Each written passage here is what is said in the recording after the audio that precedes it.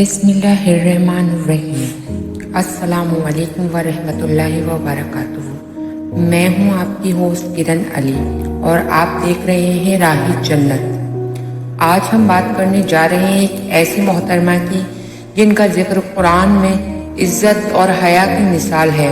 हज़रत मरियम अलैहिस्सलाम का वाक़या, जहाँ तवक्कुल, हया और अल्लाह की कुदरत का जादू से नज़ारा मिलता है। तो चलिए शुरू करते हैं। कुरान पाक में हज़रत मरियम अलैहिस्सलाम का जिक्र कई जगह आता है, ख़ुसूसन सूरह मरियम में इसका जिक्र मौजूद है। सूरह मरियम आयत नंबर 16 से लेकर 18 में अल्लाह ताला फरमाते हैं, और याद करो मरियम को जब उसने अपने रब के हुक्म से खलवत अख्तियार की।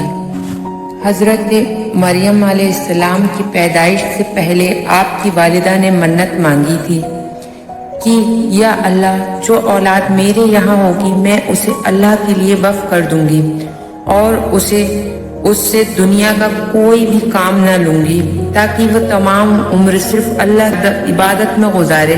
सूरह मरियम आयत नंबर 35 आया, या अल्लाह, जो भी मेरे पेट में है, या अल्लाह, मैं उसे तेरे लिए वक़्फ करती हूँ।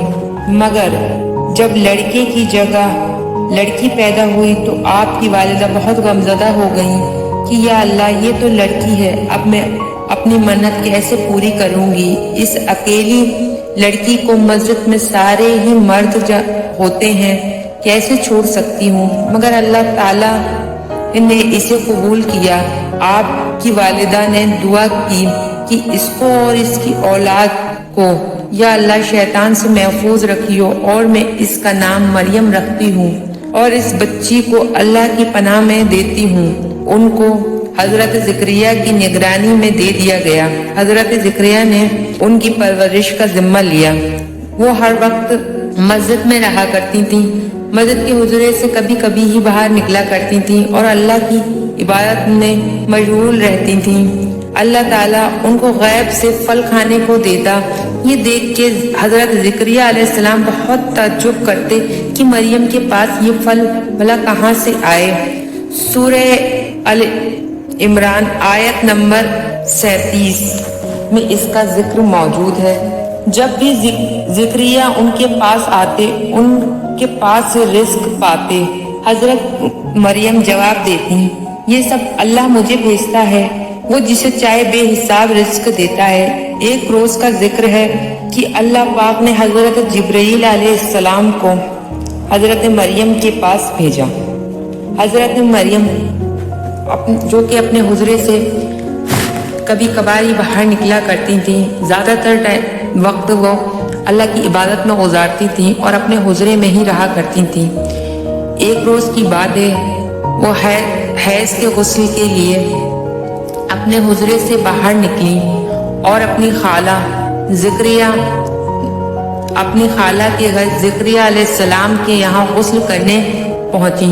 उस वक्त पे घर में कोई भी मौजूद ना था कि यकायक देखती हैं कि एक नौजवान जो कि बहुत खूबसूरत था वहाँ पर दाखिल हुआ। उस नौजवान को देखकर आप डर गईं। ये नौजवान कोई और न था बल्कि हजरत जिब्राईल अलैहिस्सलाम थे, जो कि एक नौजवान की शक्ल में वहाँ पर आए थे।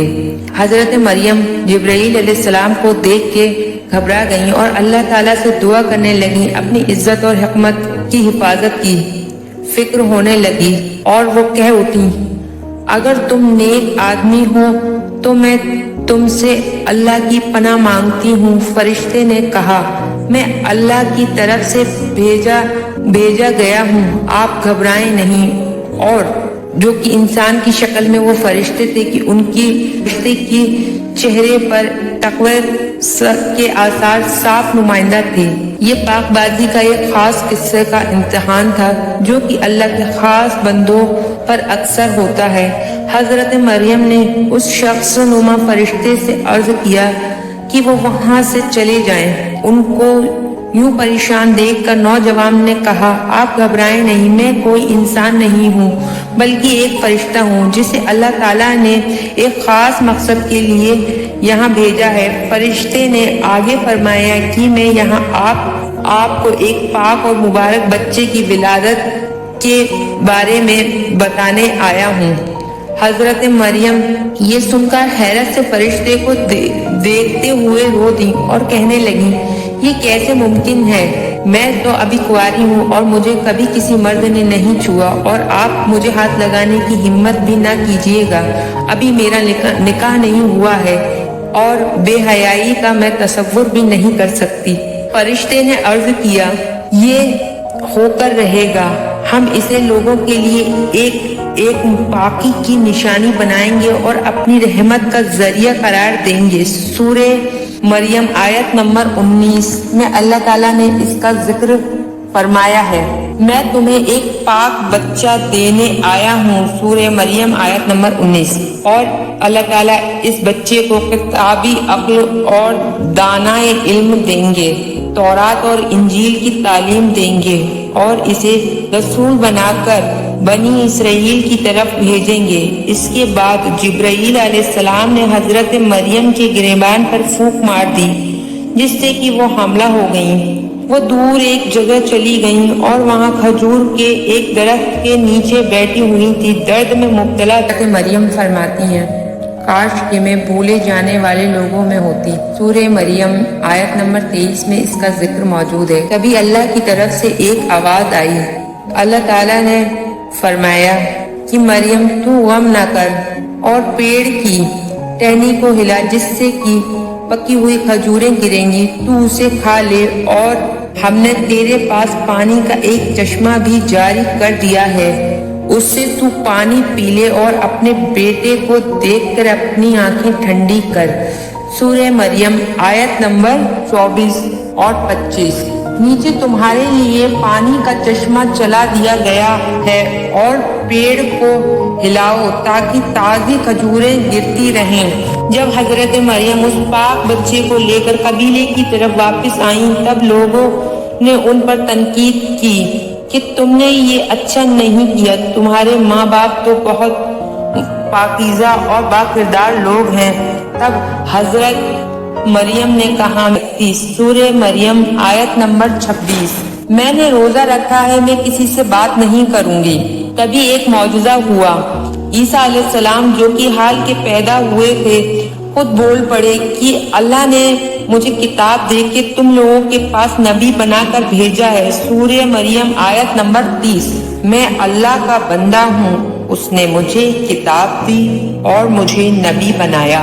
اور ایسے حضرت مریم کی پاک دامنی پاکیزگی ایک مثال بن گئی تا قیامت تک۔ اس واقعے سے ہمیں کئی عبرتیں اور سبق حاصل ہوئے ہیں، جیسے کہ ایک عورت بھی اللہ کی ولی بن سکتی ہے، اور حیا اور توکل ایک عورت کا اصلی گہنا ہے۔ اللہ جسے چاہے عزت اور ہدایت دے، بنا کسی سبب کے۔ گناہ کے الزام کے سامنے بھی سچائی اور صبر آخرکار روشن ہوتی ہے۔ عبرت اس واقعے سے ہمیں جو عبرتیں حاصل ہوئی ہیں، ان میں سے ایک ہے توکل سب سے بڑا اسرہ ہے۔ جب سب کچھ خلاف لگ رہا ہو، صرف اللہ پر بھروسہ رکھنا کافی ہوتا ہے۔ حیا اور پاکی اللہ کے نزدیک سب سے عظیم صفت ہے۔ عورت بھی معجزہ بن سکتی ہے جب اس کا راستہ صرف اللہ سے جڑا ہو۔ تو دوستو، کیسی لگی آپ کو حضرت مریم علیہ السلام کی یہ پاک اور نورانی کہانی؟ اگر آپ چاہتے ہیں کہ ایسی اور قرآن کی روح پرواز کہانیاں آپ تک پہنچتی رہیں، تو میرے چینل راہ جنت کو ضرور سبسکرائب کریں۔ اپنی رائے مجھے کمنٹ سیکشن میں ضرور بتائیں۔ ملتے ہیں اگلے ویڈیو میں، تب تک کے لیے السلام علیکم ورحمۃ اللہ وبرکاتہ۔